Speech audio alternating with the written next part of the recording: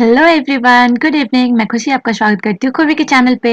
तो चलो फिर आज का टॉपिक हम लोग स्टार्ट करते हैं। तो आज हम लोग देखेंगे यहाँ पे बाल्यावस्था और किशोरावस्था के बारे में। ठीक है, तो ये वीडियो थोड़ा बड़ा होने वाला है क्योंकि इसमें मैं आपको बताऊंगी बाल्यावस्था की विशेषताओं के बारे में, उसके समस्याओं के बारे में और जो जो भी उनको शिक्षा दी जानी चाहिए बाल्यावस्था में उसके बारे में। ठीक है, क्या शिक्षा उनको दी जानी चाहिए। और नेक्स्ट है किशोरावस्था। ठीक है, तो किशोरावस्था का अर्थ, उसकी परिभाषा और उसकी विशेषताएं, समस्याएं मैं आज के इस वीडियो में आपको बताऊंगी। ठीक है, तो आप मेरे इस वीडियो को पूरा शुरू से अंत तक देखें। अंत में मैं आपको बताऊंगी कि इससे रिलेटेड किस टाइप के क्वेश्चंस आते हैं एग्जाम में। ओके, तो ठीक है, चलो फिर हम आज का वीडियो स्टार्ट करते हैं। आज का जो टॉपिक है वो बाल्यावस्था की मुख्य विशेषताएं है। तो आज हम इसमें देखेंगे कि बाल्यावस्था होता क्या है, उसकी विशेषताएं क्या होती है और बाल्यावस्था में शिक्षक की क्या भूमिका होती है। ठीक है, तो चलो फिर हम आज का टॉपिक स्टार्ट करते हैं। तो सबसे पहले हम जानेंगे कि बाल्यावस्था होता क्या है। ठीक है, तो बाल्यावस्था क्या है, वो शैशवावस्था के बाद आता है। ये एक ऐसी अवस्था है जो शैशवावस्था के बाद आती है। मैंने आपको प्रीवियस वीडियो में बताया था सारी अवस्थाएं, उसके एजेस कि कब कौन सी आयु में उसको हम कौन सी अवस्था बोलते हैं। तो शिशुअवस्था जो होती है उसकी आयु क्या होती है, 0 से 5 वर्ष। और उसके बाद हमारा क्या होता है, ये बाल्यावस्था आता है। शिशुअवस्था के तुरंत बाद बाल्यावस्था आता है और बाल्यावस्था की आयु सीमा क्या होती है, 6 से 12 वर्ष। ओके, बाल्यावस्था को मनोवैज्ञानिकों के द्वारा बोला गया है बालक का निर्माणकारी काल। ठीक है, इससे पहले जो मैंने शिशुअवस्था का वीडियो बनाया था उसमें मैंने बताया था कि शिशुअवस्था किस प्रकार से होता है, वो एक नींव होती है बच्चों की। ठीक है, और ये जो बाल्यावस्था होता है वो होता है निर्माणकारी काल। जब हम घर बनाते हैं तो पहले नींव बनाते हैं, नींव बनाने के बाद हम घर का निर्माण करते हैं। उसी प्रकार से शिशुअवस्था जो होता है वो नींव होता है और बाल्यावस्था जो होता है वो निर्माणकारी काल होता है। ठीक है, तो इसी अवस्था में बच्चे अच्छी आदतें भी अडॉप्ट करते हैं और बुरी आदतें भी। ठीक है, बच्चों में कुछ अच्छी आदतें भी देखने को मिलती है और कुछ बुरी आदतें, तो उसी के बारे में हमें जानना है। ठीक है, कि ये क्या होती है एक्चुअल में।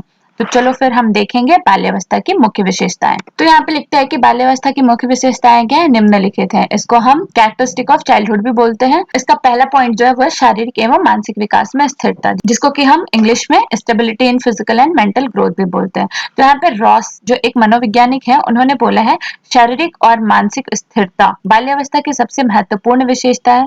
बाल्यावस्था में विकास की गति में स्थिरता आ जाती है। शिशुअवस्था और पूर्ण बाल्यकाल 6 से 9 वर्ष में विकास हो जाता है। वह प्राकृतिक नियमों के अनुसार उत्तर बाल्यकाल 10 से 12 वर्ष में दृढ़ होने लगता है। उनकी चंचलता शिशुअवस्था की अपेक्षा कम हो जाती है। अभी अभी मैंने बताया था शिशुकाल की जो उम्र सीमा होती है वो कितनी होती है, 0 से 5 साल। और उसके बाद का जो होता है वो बाल्य अवस्था स्टार्ट होता है, जो आपका होता है 6 से 9 वर्ष का। ठीक है, आप इसको बोल सकते हो पूर्ण बालकाल, जो कि शिशुअवस्था के तुरंत बाद आता है। उसके बाद क्या आता है, उत्तर बाल्यकाल, जो कि 10 से 12 वर्ष के बीच में होता है। इस अवस्था में क्या होता है, जैसे कि शिशुअवस्था में आपने देखा होगा बच्चों को, जब आपके घर में बच्चे होंगे जो बहुत छोटे छोटे होंगे, जो 0 से 5 साल तक में होंगे, तो उनकी चंचलता देखी होगी। शिशुअवस्था में ऐसा होता है कि बच्चे खुद से कोई काम नहीं कर पाते हैं, आपको उनके लिए उनका काम करना होता है। ठीक है, लेकिन बाल्यावस्था में क्या होता है, बच्चे स्थिर हो जाते हैं। ठीक है, वो अपनी कामों को खुद से कर सकते हैं, वो चाहते हैं कि वो अपने कामों को खुद से करे। जैसे कि स्कूल के लिए बैग में रूटीन के हिसाब से अपने किताब कॉपी को रखना, लंच बॉक्स रखना, बॉटल में पानी डालना। ठीक है, तो ये सारी चीजें बच्चे खुद से करना पसंद करते हैं। ओके, और इस अवस्था में क्या होती है, उनकी जो थोड़ी मानसिक विकास जो होती है ना, वो शिशुअवस्था के अपेक्षा थोड़ी बढ़ती है। ठीक है, जैसे जैसे उम्र बढ़ता है आपकी मानसिक विकास भी उसी के हिसाब से होता है। ठीक है, तो यही बोलता है यहाँ पे कि इस अवस्था में क्या होता है, बच्चा दृढ़ होने लगता है और उनकी चंचलता जैसे वो शिशुअवस्था में करते थे उसकी अपेक्षा कम होती जाती है। ओके, तो ये होता है आपका शारीरिक एवं मानसिक विकास में स्थिरता। ओके, क्योंकि आपने अगर देखा होगा बच्चों में, तो आपने देखा होगा 0 से 5 साल तक में बच्चे बहुत जल्दी जल्दी बढ़ते हैं, लेकिन इस समय में वो थोड़े स्थिर हो जाते हैं। सेकंड पॉइंट बोलता है मानसिक योग्यताओं का विकास, जिसको कि हम डेवलपमेंट ऑफ मेंटल एबिलिटीज भी बोलते हैं। यहाँ पे लिखता है इस अवस्था में बालकों में मानसिक योग्यताएं विकसित होने लगती है।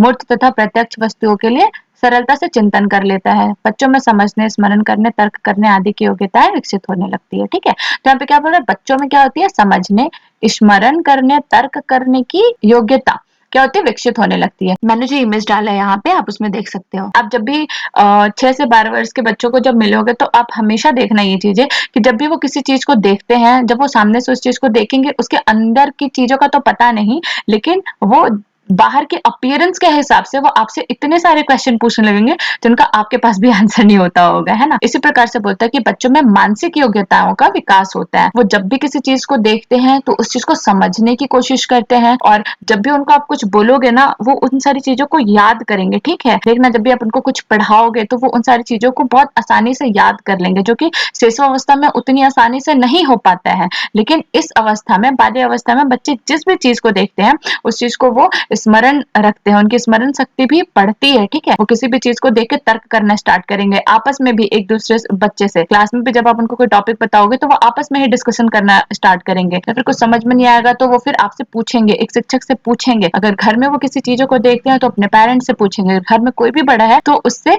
पूछना स्टार्ट करेंगे, ये क्या है, ये कैसे हुआ, अगर हुआ तो क्यों हुआ। तो इन सारी चीजों को आप बच्चों में देख सकते हो। ओके, तीसरा है अत्यधिक जिज्ञासा, जिसको कि हम बोलते हैं इंटेंस एंड क्यूरियोसिटी। ठीक है, तो यहाँ पे लिखता है बाल्यावस्था में जिज्ञासा की प्रवृत्ति बहुत तीव्र हो जाती है।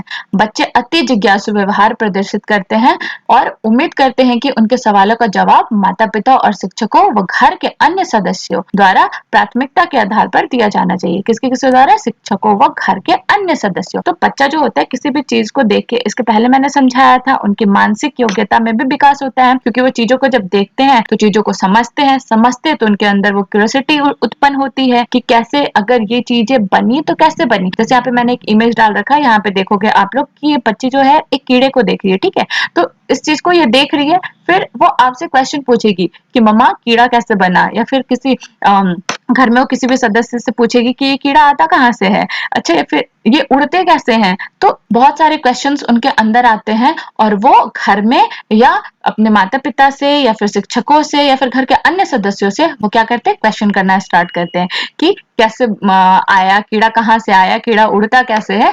तो आप उनके अंदर क्यूरियोसिटी को आसानी से देख पाओगे। ओके, नेक्स्ट है लिंग में अंतर। यहाँ पे लिखते हैं इस अवस्था के दौरान लगभग 7-8 वर्ष, मतलब जो ये अवस्था होती है आपकी बाल्य अवस्था, ये क्या बोलता है यहाँ पे, लगभग मतलब 7-8 वर्ष के बच्चे जो होते हैं जैविक विशेषताओं के आधार पर लिंग के बीच अंतर करना सीख लेते हैं, जबकि शुरुआती बाल्य अवस्था के समय यह अंतर व्यक्ति के कपड़ों के आधार पर करते हैं। ठीक है, आप जब भी देखे होगे 6 से 12, आप जब भी देखे होगे 6 से 12 साल के बच्चों को, हमेशा आपने देखा होगा लिंग में अंतर मतलब लड़का लड़की में अंतर। ठीक है, वो कपड़े से करते हैं कि अच्छा ये लड़की का कपड़ा है, मतलब ये फ्रॉक है, मतलब लड़की है, अगर ये शर्ट पैंट है तो ये लड़का है। ठीक है, तो इसी के लिए यहाँ पे बोलता है कि जब बच्चा 6 वर्ष का होता है, 5 वर्ष का होता है, तो उस समय वो इतना ज्यादा डिफरेंस नहीं करता है, इतना ज्यादा उसको पता नहीं होता है इन सारी चीजों में। लेकिन वो जब 7-8 वर्ष का होता है, यहाँ पे स्पेशली बोल रहा है, जब वो 7-8 वर्ष का होता है, इस समय पे क्या होती है, वो उन सारी चीजों को सोचने लगता है, अच्छा ये फ्रॉक है तो मतलब ये लड़की का होगा, अगर ये शर्ट पैंट है तो ये लड़के का होगा। जैसा कि यहाँ पे बोलता है शुरुआती बाल्यावस्था में वो अंतर कपड़ों के आधार पर करते हैं, लेकिन बाद में उनको पता चलता है अच्छा ये लड़की है, ये लड़का है। ठीक है, तो इसी के लिए बोलता है यहाँ पे कि लिंग में अंतर। नेक्स्ट है आत्मनिर्भरता की भावना, जिसको क्या हम इंग्लिश में बोलते हैं फीलिंग ऑफ सेल्फ डिपेंडेंस। ठीक है, इसमें बोलता है इस समय में बालक शिशुअवस्था की तरह किसी दूसरे पर आश्रित नहीं रहता है। अभी भी मैंने बताया था कि शिशुअवस्था में बच्चे क्या होते हैं, दूसरे पे आश्रित होते हैं, वो अपने किसी भी काम के लिए दूसरे पे आश्रित होते हैं, क्योंकि वो खुद से कुछ नहीं कर पाते हैं। फिर यहाँ पे बोलता है वो अपने दैनिक कार्यों जैसे नहाना धोना, कपड़े पहनना, स्कूल जाने की तैयारी, बाल बनाना आदि स्वयं कर लेते हैं। लेकिन जब वो बाल्यावस्था में आते हैं, जब वे 6 से 12 वर्ष की अवस्था में आते हैं, तो उस टाइम पे वो क्या करते हैं, अपना खुद का काम जैसे कि नहाना धोना, कपड़े पहनना, स्कूल जाने की तैयारी, बाल बनाना आदि स्वयं कर लेते हैं। ये सारे काम वो खुद से करना चाहते हैं, किसी दूसरे पे डिपेंडेंट नहीं रहते, किसी दूसरे पे आश्रित नहीं रहते हैं, वो इन सारे कामों को खुद से करना पसंद करते हैं। ठीक है, तो इसी के लिए बोलते हैं कि आत्मनिर्भरता की भावना उनमें उत्पन्न होती है। नेक्स्ट बोलता है संवेगों पर नियंत्रण। तो यहाँ पे लिखता है बाल्यावस्था में संवेगों में स्थिरता आ जाता है। इस अवस्था में बालक भय और क्रोध को नियंत्रण करना सीख लेता है। किसको किसको? भय और क्रोध को नियंत्रण करना सीख लेता है। वो अपनी भावनाओं को दूसरे के सामने प्रकट करने में संकोच करने लगता है। साथ ही साथ उसको यह ज्ञान मिलता है कि किसके सामने कौन सी भावना को व्यक्त करना लाभकारी होगा। मैंने शिशुअवस्था में आपको बताया था कि बच्चों को क्या होता है, समझ में नहीं आता है, वो अपने संवेगों को मतलब प्रकट करते हैं, रो के गुस्सा करके। अगर उनको कुछ भी होता है तो आपको उसी तरीके से ही बताएंगे, और कोई तरीका नहीं होता उनके पास बताने के लिए। ठीक है ना। लेकिन बाल्यावस्था में क्या होता है, बच्चों को समझ में आने लगता है कि कब कैसे किसके सामने अपनी इमोशन को दिखाना है, जिससे कि लोग उसको समझ सके। ठीक है, जो कि उसके लिए लाभकारी हो, समझ में आया? ऐसा नहीं कि वो कोई भी इमोशन को किसी के सामने भी बोल देते हैं। हमेशा देखना आपके बच्चे उस टाइम पे चीजों को हाइड करना स्टार्ट कर देते हैं। वो कुछ भी चीज सामने वाले को बताएंगे नहीं। अगर वो अपने दोस्तों में अगर कुछ सीक्रेट्स है तो किसी थर्ड पर्सन को वो नहीं बताते। अगर उनको किसी भी चीज से बुरा फील होता है तो अगर उनको लगेगा कि हाँ, अगर मैं किसी के पास जाके बोल रहा हूँ और वहां से अच्छा रिप्लाई आता है, अगर उधर से हेल्प आती है, तो ही वो उसको बताना पसंद करता है। अदरवाइज वो अपने सारे प्रॉब्लम्स को या फिर जो भी होता है वो खुद में ही रखना पसंद करता है। तो ये होता है संवेगों पर नियंत्रण। नेक्स्ट है इंद्रियों का विकास। तो यहाँ पे लिखता है इस अवस्था में बालक का दृष्टि, सुनने और स्वाद संबंधी इंद्रियों का विकास नए स्तर पर पहुंच जाता है। हम लोग जानते हैं कि हमारे पास 5 ज्ञान इंद्रियां होती है जो कि प्रमुख होती है। क्या क्या? आंख है, कान है, नाक है, जीभ है, त्वचा है। ठीक है। तो जैसा अवस्था में आपने देखा होगा कि बच्चे क्या होते हैं, वो अपने धुन में, मतलब अपनी खेलने के धुन में इतना ज्यादा बिजी होते हैं ना कि क्या है सामने उनको नहीं दिखता है। क्या आप उनको कुछ बोलते रहोगे वो हर चीज को अनसुना करेंगे। ठीक है। और कुछ भी आप उनको खाने के लिए दे दो तो बहुत चाव से खाएंगे। ठीक है। लेकिन अभी क्या करते हैं, और उस टाइम पे वो नखरे भी उतने ही करेंगे। लेकिन जब उनका बाल्यावस्था आता है, जब वो इन 6 से 12 साल की उम्र के बीच में होते हैं, जो इनकी इंद्रियां हैं उनका क्या होता है, विकास होता है। वो एक नया स्तर पर पहुंच जाते हैं। वो हर एक चीजों को देखने समझने लगते हैं। वो जो भी उनको अच्छा लगे सुनने में उसको सुनना पसंद करते हैं। हर एक चीजों में स्वाद वो पसंद करते हैं। अच्छा ठीक है, इस खाने का टेस्ट ऐसा है, अच्छा तो उनको ये पसंद आता है, तो उन्हीं सारी चीजों की ओर वो भागते हैं। ठीक है। नेक्स्ट है सामूहिक प्रवृत्ति की प्रबलता। यहाँ पे बोलता है बाल्यावस्था में बालक अधिक से अधिक समय दूसरों के साथ, दूसरे बालक के साथ व्यतीत करना चाहता है। वो किसी न किसी समूह का सदस्य बन जाता है। ठीक है। आपने देखा होगा कि बच्चे क्या होते हैं, मित्र बनाने लगते हैं। ठीक है। और हमेशा उनको देखना वो घर से दूर रहेंगे, घर से भागे हुए रहेंगे। वो समूह में रहना पसंद करते हैं, वो बालकों के बीच में रहना पसंद करते हैं। उनको पसंद आता है उनके अवस्था के लोगों से मिलना, बातें करना, हंसी मजाक करना। इसी के चलते वो हमेशा एक समूह में रहना पसंद करते हैं। उसके बाद है सामाजिक गुणों का विकास। यहाँ पे बोलते हैं इस अवस्था में बालक विद्यालय के विद्यार्थियों और अपने समूह के लोगों के साथ पर्याप्त समय व्यतीत करता है। अतः इससे उसमें अनेक सामाजिक गुणों का विकास होता है, जैसे सहयोग, सहनशीलता और आज्ञाकारिता आदि। ओके। तो यहाँ पे अभी मैंने बताया था कि बच्चा क्या होता है, समूह में रहना ज्यादा पसंद करता है। अगर वो स्कूल जाता है तो वो विद्यालय के दोस्त बनाता है। अगर वो घर आता है तो उसके घर के कुछ दोस्त होते हैं। तो क्या होता है, वो ज्यादा से ज्यादा वक्त घर से बाहर बिताता है। और वो क्या होता है, बहुत सारे लोगों के साथ होता है। तो उस टाइम पे क्या होती है, उसकी सहनशीलता बढ़ती है, वो ज्यादा आज्ञाकारिता होता है और हर एक चीजों में लोगों की मदद करने के लिए सबसे पहले होता है। ठीक है। सहयोग करना हो गया, सहनशीलता हो गया, आज्ञाकारिता हो गया, क्योंकि वो एक समूह में रहता है और उससे उन सारी चीजों को वो सीख लेता है। तो इसी के लिए बोलते हैं कि सामाजिक गुणों का भी विकास होता है इससे। ठीक है। क्योंकि वो मतलब ज्यादातर टाइम अपने समूह के साथ रह रहा है। वो क्योंकि समूह में समाज के बहुत सारे बच्चे हैं, वो अकेला नहीं है। इसी के चलते उसमें बहुत सारे गुणों का विकास आप देख पाओगे। उसके बाद बोलता है बहिर्मुखी व्यक्तित्व का विकास। ओके।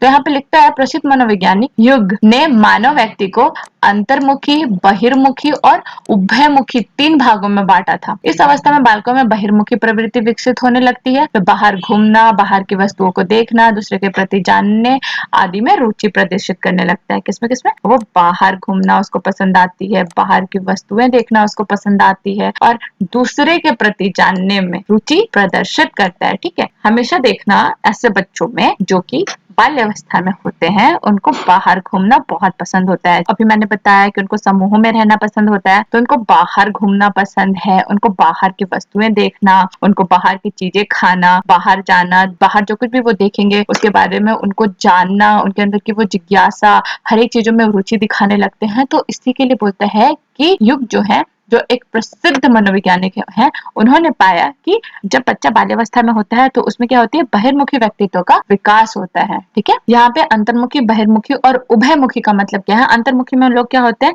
खुद में रहना ज्यादा पसंद करते हैं। ठीक है। और बहिर्मुखी का मतलब होता है जो बाहर की चीजों में दूसरे से बातचीत करना, दूसरे चीजों में इंटरेस्ट लेना, बाहर घूमना, इन ऑल दैट ये किसमें आ जाता है, ये बहिर्मुखी में आ जाता है। ठीक है। और उभयमुखी का मतलब होता है कि बच्चा में दोनों गुण हो। ठीक है। वो अंतर्मुखी और बहिर्मुखी दोनों हो। ओके। तो नेक्स्ट है यहाँ पे घूमने फिरने की प्रवृत्ति। जस्ट मैंने बताया था अभी बहिर्मुखी में, तो यहाँ पे बोलता है इस अवस्था में बालकों में, तो जस्ट भी मैंने बताया था अभी ऊपर कि बच्चों को क्या होती है, बाहर घूमने और चीजों को जानने की ज्यादा इच्छा होती है। तो उसी प्रकार से यहाँ पे हम देखते हैं इस अवस्था में बालकों में बिना किसी उद्देश्य के इधर उधर घूमने की प्रवृत्ति तीव्र हो जाती है। इसीलिए बच्चे हमेशा स्कूल से क्लास छोड़ भागने और उनमें आलसी पूर्ण ढंग से समय बर्बाद करने आदि जैसी आदतें विकसित हो जाती है। ठीक है, यहाँ पे क्या बोलता है, क्लास छोड़ भागते हैं बच्चे, फिर उनमें आलसीपूर्ण ढंग से समय बर्बाद करना आदि जैसी आदतें क्या होती है, विकसित होती है। तो बच्चा यहाँ पे क्या करता है, इस अवस्था में देखोगे बच्चा क्लास बंक करना स्टार्ट कर देगा, हमेशा बहाना बनाने लगता है। आप अपने घर पे भी देखोगे इस एज के बच्चों को, तो आप उसमें देख पाओगे इन सारी चीजों को कि हमेशा वो बहाने बनाएगा, वो हमेशा बहाने बनाएगा कि मेरा तबीयत ठीक नहीं है तो मैं स्कूल नहीं जाऊंगा, और उसके बाद से फिर घर में मस्त टाइप से वीडियो गेम खेलेगा या फिर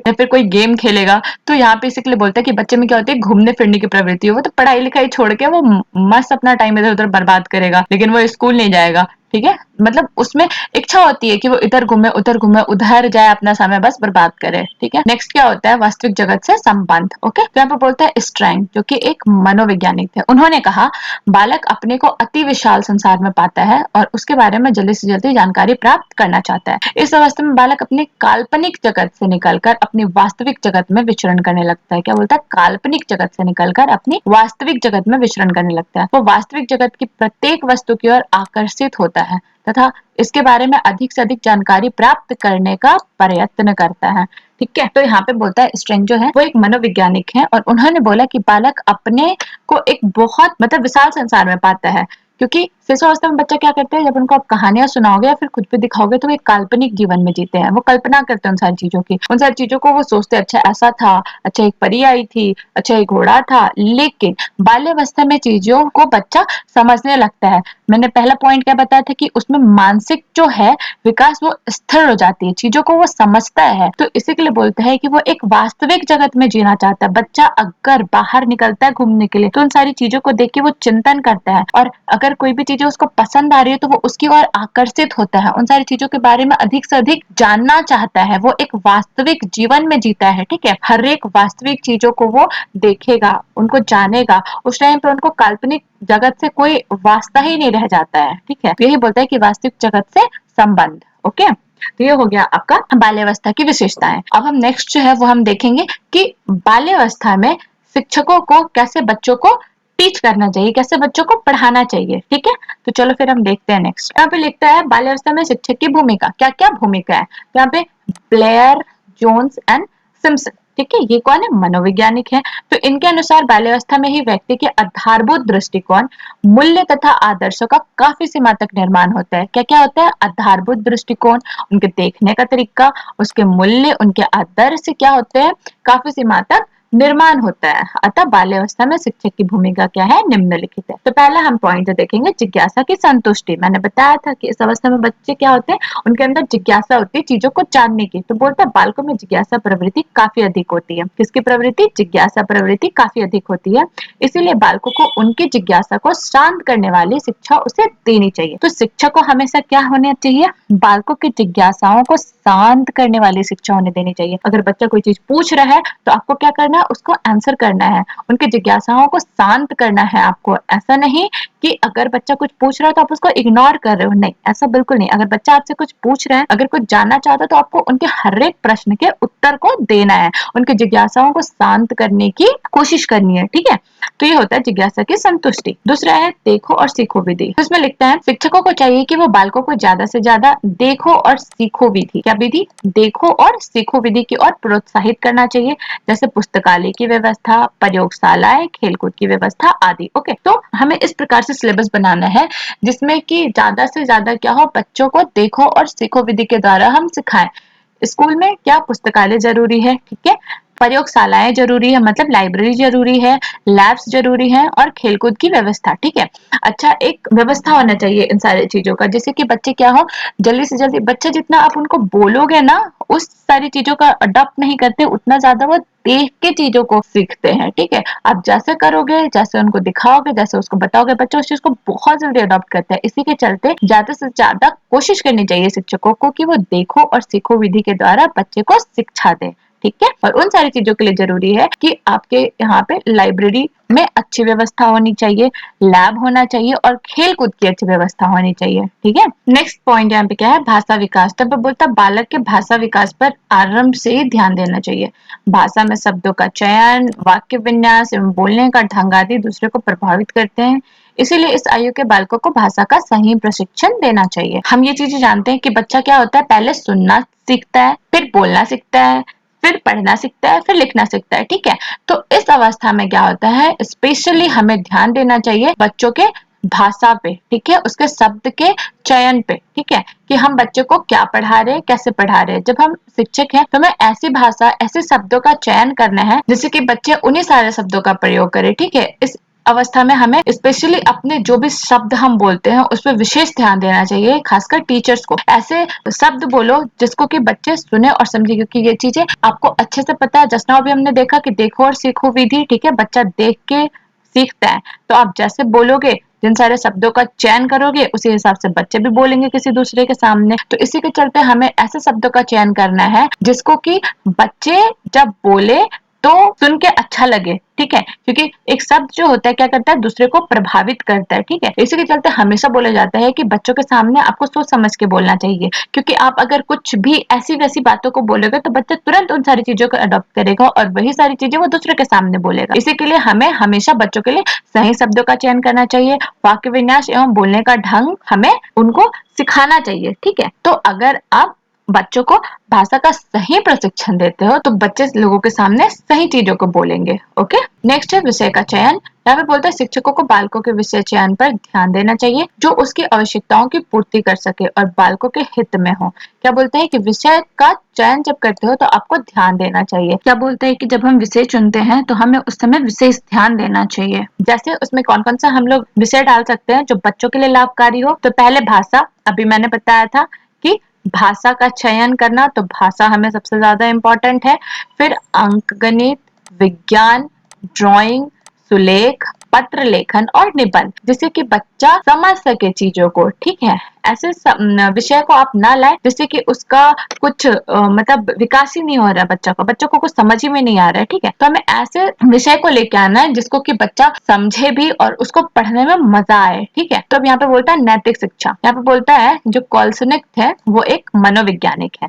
तो इनके अनुसार बालक को आनंद प्रदान करने वाली सरल कहानियों द्वारा नैतिक शिक्षा दी जानी चाहिए। हम सबने मॉरल साइंस पढ़ा है, आपने भी पढ़ा होगा, ठीक है। तो जरूरी है कि बच्चों में नैतिक शिक्षा दी जाए, उनको समझाया जाए कहानी के थ्रू ही कि हाँ ये चीजें सही है, ये चीजें गलत है, हमें बड़ों से कैसे व्यवहार करना चाहिए, छोटों से कैसे बातें करनी चाहिए, समाज में कैसे रहना चाहिए, ठीक है। तो ये नैतिक शिक्षा जरूरी है, एक शिक्षक को बच्चों को नैतिकता का भी पाठ पढ़ाना है। ओके, नेक्स्ट है मानसिक विकास। यहाँ पे बोलता है मानसिक विकास से तात्पर्य समझने, तर्क करने, विचार करने, समस्या समाधान करने तथा कल्पना आदि शक्तियों से है। बालकों के लिए रचनात्मक वातावरण उपलब्ध कराना चाहिए, खेल खिलौने की अच्छी सुविधा देनी चाहिए, घर तथा विद्यालय दोनों स्थानों में समस्या समाधान के लिए प्रेरित करना चाहिए, ठीक है। तो कोशिश करना चाहिए टीचर को ज्यादा से ज्यादा, क्योंकि अभी हमने पढ़ा था उनकी विशेषताओं में कि उनका क्या होता है, मानसिक विकास होता है, ठीक है। तो हमें कोशिश करना है कि उनकी मानसिक विकास को बढ़ावा देने का, ठीक है, उनको बढ़ाने का, ठीक है। बाल्यावस्था के समय में क्या होता है, बच्चों का मानसिक विकास होता है और हमें एज अ टीचर, ठीक है, क्या करना है, बच्चों की मानसिक विकास को और बढ़ाना है। तो इसके लिए क्या क्या होनी चाहिए, खेल खिलौने की अच्छी सुविधा होनी चाहिए, अच्छा वातावरण होना चाहिए और हमेशा हमें कोशिश करना चाहिए कि क्लास में अगर आप किसी भी चीज को पढ़ाते हो, ठीक है, समझाते हो, तो आप बच्चे को खड़ा करो, उससे पूछो, उनका राय लो, ठीक है, कि वो चीजों को किस तरीके से समझ रहे हैं, ठीक है। क्लास में आपको ऐसा माहौल बनाना चाहिए तर्क करने, विचार करने, समस्या समाधान करने, ठीक है, कि आप बच्चों से पूछो, ठीक है, अगर ऐसा कुछ प्रॉब्लम होता है तो आप कैसे उस बच्चे की हेल्प करोगे। तो यहाँ पे क्या आप कर रहे हो, समस्या समाधान करना आप उसको सिखा रहे हो। फिर आप बोलता है तर्क करने, अगर कोई भी सब्जेक्ट आप पढ़ा रहे हो तो आप बच्चों को बोलो कि आपस में आप डिस्कस करके बताओ कि क्या हो सकता है, आप सोचो उन सारी चीजों को, ठीक है, विचार करो, ठीक है। तो इसी के लिए बोलता है कि जरूरी है कि बच्चे का मानसिक विकास कराने के लिए हमें अच्छी सुविधाएं होनी चाहिए, क्लास का माहौल ऐसा बनाना चाहिए कि बच्चे समझ सके और ज्यादा कोशिश करनी चाहिए, चाहे वो घर हो चाहे विद्यालय हो, चाहे वो घर हो चाहे विद्यालय हो, हमेशा कोशिश करनी चाहिए पेरेंट्स के द्वारा, टीचर्स के द्वारा, कि बच्चों के सामने ऐसी परिस्थिति को लेके आए और उससे हम पूछे कि अगर आप इस परिस्थिति में होगे तो आप क्या करोगे। तो इससे क्या होगा, उनके जो मानसिक विकास है वो और ज्यादा विकसित होगी, ठीक है। तो अभी मैंने बताया बाल्यावस्था, उसके पहले मैंने बताया था आपको शिशुअवस्था, ठीक है। तो किशोरावस्था क्या होता है, पहले हम इसके बारे में जानेंगे। ओके, तो किशोरावस्था का जो समय होता है, किशोरावस्था जो होता है बाल्यावस्था के तुरंत बाद स्टार्ट होता है, ठीक है, और प्रौढ़ावस्था के पहले ये खत्म हो जाता है। ठीक है, तो मतलब प्रौढ़ावस्था के पहले की अवस्था और बाल्यावस्था के बाद की अवस्था को हम क्या बोलते हैं? किशोरावस्था बोलते हैं। और इसका एज क्या होता है, इसकी अवस्था और इसकी आयु सीमा क्या होती है? 12 से 18 वर्ष तक। ठीक है, तो अब हम देखेंगे किशोरावस्था, इसकी विशेषताएं देखेंगे और इसकी परिभाषा को देखेंगे, अर्थ को देखेंगे और क्या क्या किशोरावस्था में समस्याएं आती हैं उन सारी चीजों को देखेंगे। ठीक है, और हम देखेंगे उनकी शिक्षा, किशोरावस्था में हमें कैसे शिक्षा देनी चाहिए किशोरों को, उसके बारे में हम पढ़ेंगे। ठीक है, चलो फिर हम स्टार्ट करते हैं। तो पहले यहाँ पे बोलता है किशोरावस्था का अर्थ। ओके, किशोरावस्था हमने जाना है कि क्या होता है, उसकी आयु सीमा क्या होती है? 12 के बाद। ठीक है, 18 साल तक। बाल्यावस्था क्या था, उसकी आयु सीमा कितनी थी? 6 से 12। और शिशुअवस्था की कितनी थी? 0 से 5। ओके, तो हम देख लेंगे यहाँ पे किशोरावस्था का अर्थ कि एक्चुअली में किशोरावस्था होता कहाँ से है, आया कहाँ से ये। ठीक है, तो यहाँ पे लिखते हैं किशोरावस्था जो है वो क्या है? एडोलेसेंस नामक अंग्रेजी शब्द का हिंदी रूपांतर है। यह शब्द लैटिन भाषा की एडोलेसेंस से बना है, जिसका अर्थ है परिपक्वता की ओर बढ़ना। ओके, मतलब जब हम किशोरावस्था में आते हैं तो हमारा मैच्योरिटी लेवल भी बढ़ता है और हम उसकी ओर बढ़ते हैं। ओके, तो मैंने इसको स्टेजेस वाइज समझाया है। तो पहले क्या होता है? एडोलेसेंस। तो एडोलेसेंस जो है ना, इसका लैटिन कहाँ से आया है? ये एडोलेसेंस अब लैटिन भाषा के एडोलेसर से। ठीक है, और इसका मतलब क्या होता है? टू ग्रो टू मैच्योरिटी, मतलब परिपक्वता की ओर बढ़ना। ओके, तो इसमें बोलते हैं इसमें शारीरिक परिपक्वता के साथ साथ मानसिक परिपक्वता भी सम्मिलित है। मानसिक परिपक्वता के साथ साथ व्यक्ति सामाजिक परिपक्वता भी प्राप्त करते हैं। अतः हम कह सकते हैं कि किशोरावस्था प्रत्येक व्यक्ति के जीवन में बाल्यावस्था के अंत में प्रारंभ होता है तथा प्रौढ़ावस्था के प्रारंभ में समाप्त होता है। अभी भी मैंने बताया था ना कि किशोरावस्था एक्चुअली में होता क्या है, ये बाल्यावस्था के बाद आता है और प्रौढ़ावस्था के पहले खत्म हो जाता है। ओके, ये जो किशोरावस्था जो शब्द है वो एडोलेसेंस नामक जो अंग्रेजी शब्द है उसका हिंदी रूपांतर है। जो एडोलेसेंस शब्द आया है वो एडोलेसर से आया है। ठीक है, ये चीजें आपको समझ में आई। तो नेक्स्ट अब हम क्या देखेंगे? इसकी परिभाषाएं। ओके, तो यहाँ पे बोलता है किशोरावस्था की परिभाषा। ठीक है, कुछ मनोवैज्ञानिक हैं जिन्होंने किशोरावस्था के बारे में अपनी परिभाषा दी है। ठीक है, तो हम देखेंगे पहला है जर्सल्ड। ठीक है, उन्होंने कहा किशोरावस्था बड़े संघर्ष, तूफान, तनाव तथा विरोध की अवस्था है। किसकी किसकी है? संघर्ष की है, तनाव की है, तूफान की है तथा विरोध की अवस्था है। ठीक है, ये किसने बोला है? जर्सल्ड ने। ओके, दूसरा है क्रो एंड क्रो। तो इन्होंने बोला किशोर की वर्तमान की शक्ति और भावी आशा को प्रस्तुत करता है। ओके, तीसरा है किलपैट्रिक। किशोरावस्था जीवन का सबसे कठिन काल है। मैं बताऊंगी आगे इसकी जो विशेषताएं हैं उसमें। और कुल्हन ने बोला किशोरावस्था बाल्यावस्था और प्रौढ़ावस्था के बीच का काल है। अभी भी बताया कि ये दोनों क्या है? इसके बीच का काल है किशोरावस्था। ओके, तो यहाँ पे बोलते हैं मनोवैज्ञानिक जो है वो बोलते हैं किशोरावस्था जो होता है ना वो बहुत डेंजरस अवस्था होता है। यहाँ पे क्या होता है? संघर्ष भी होता है, तनाव भी होता है और तूफान भी होते हैं। बहुत सारी चीजों को जानने की इच्छा भी होती है, हर एक चीजों में आपको संघर्ष भी करना है चीजों को पाने के लिए, और ये तनाव की भी, स्ट्रेस की भी अवस्था होती है। ठीक है, तो हम देखेंगे नेक्स्ट इसका विशेषता। ओके, तो चलो फिर हम विशेषताएं स्टार्ट करते हैं। यहाँ पे पहला है शारीरिक परिवर्तन। तो यहाँ पे बोलता है किशोरावस्था में अनेक प्रकार के महत्वपूर्ण शारीरिक परिवर्तन होते हैं। तो हमने सबसे पहले क्या देखा? शिशुअवस्था देखा, फिर हमने बाल्यावस्था देखा कि उसमें क्या क्या चीजें होती है। अब किशोरावस्था में क्या क्या चीजें होती है? तो किशोरावस्था में शरीर के साथ साथ मानसिक परिपक्वता भी आती है। ठीक है, शरीर हमारा परिपक्व होता है, साथ ही साथ हम मानसिक रूप से भी परिपक्व होते हैं। ठीक है, तो शारीरिक परिवर्तन का मतलब क्या होता है? लड़का हो लड़की हो, दोनों के शरीर में बहुत सारी चेंजेस आते हैं। ठीक है, ये जो 12 से 18 साल की जो उम्र होती है, तो इस अवस्था में क्या होता है? शरीर का जो हड्डियों का लचीलापन होता है ना वो कम होने लगता है। जो लड़के होते हैं उनके आवाज में चेंजेस आते हैं, जो लड़कियां होती है उनकी आवाज में भी बदलाव आप देख पाओगे, उनके शरीर के अंगों में भी आप बदलाव को देखने पाओगे। उनकी जो आंतरिक अंगे होती हैं उनका विकास बड़ी तेजी से होता है। ठीक है, तो ये होता है आपका शारीरिक परिवर्तन। अब मानसिक विकास में हम लोग देखेंगे किशोरावस्था में शारीरिक विकास के साथ साथ मानसिक विकास में भी वृद्धि आती है, जैसे कल्पना, तर्क, निर्णय शक्ति में वृद्धि तथा विरोधी मानसिक दशाएं इत्यादि। ठीक है, तो हम लोग मानसिक रूप से भी क्या होते हैं? परिपक्व होते हैं। ठीक है, जब एक लड़का होता है, जब एक लड़की होती है, तो उनके सोचने समझने का तरीका, अगर उनको कोई चीजें गलत लग रही है तो वो उसके लिए आपसे सवाल जवाब करने लगेंगे। ठीक है, वो खुद के निर्णय खुद से लेना पसंद करते हैं। ठीक है, और अगर आप उनको मना करोगे तो उनका एक विरोधी रूप भी आप देख पाओगे। ठीक है, तो ये बोलता है कि इस अवस्था में वो शरीर के साथ साथ मानसिक रूप से भी परिपक्व होते हैं वो अपनी सारी चीजों को सोच के समझ के कर सकते हैं। ठीक है। तीसरा है संवेगात्मक जीवन। ठीक है, यहाँ पे बोलता है किशोर का जीवन बहुत ही भावात्मक होता है। संवेगात्मक आवेश में वह असंभव एवं असाधारण कार्य करने का संकल्प कर डालता है। कभी वो उत्साह से भरा होता है तो कभी वो हतोत्साहित दिखाई पड़ता है।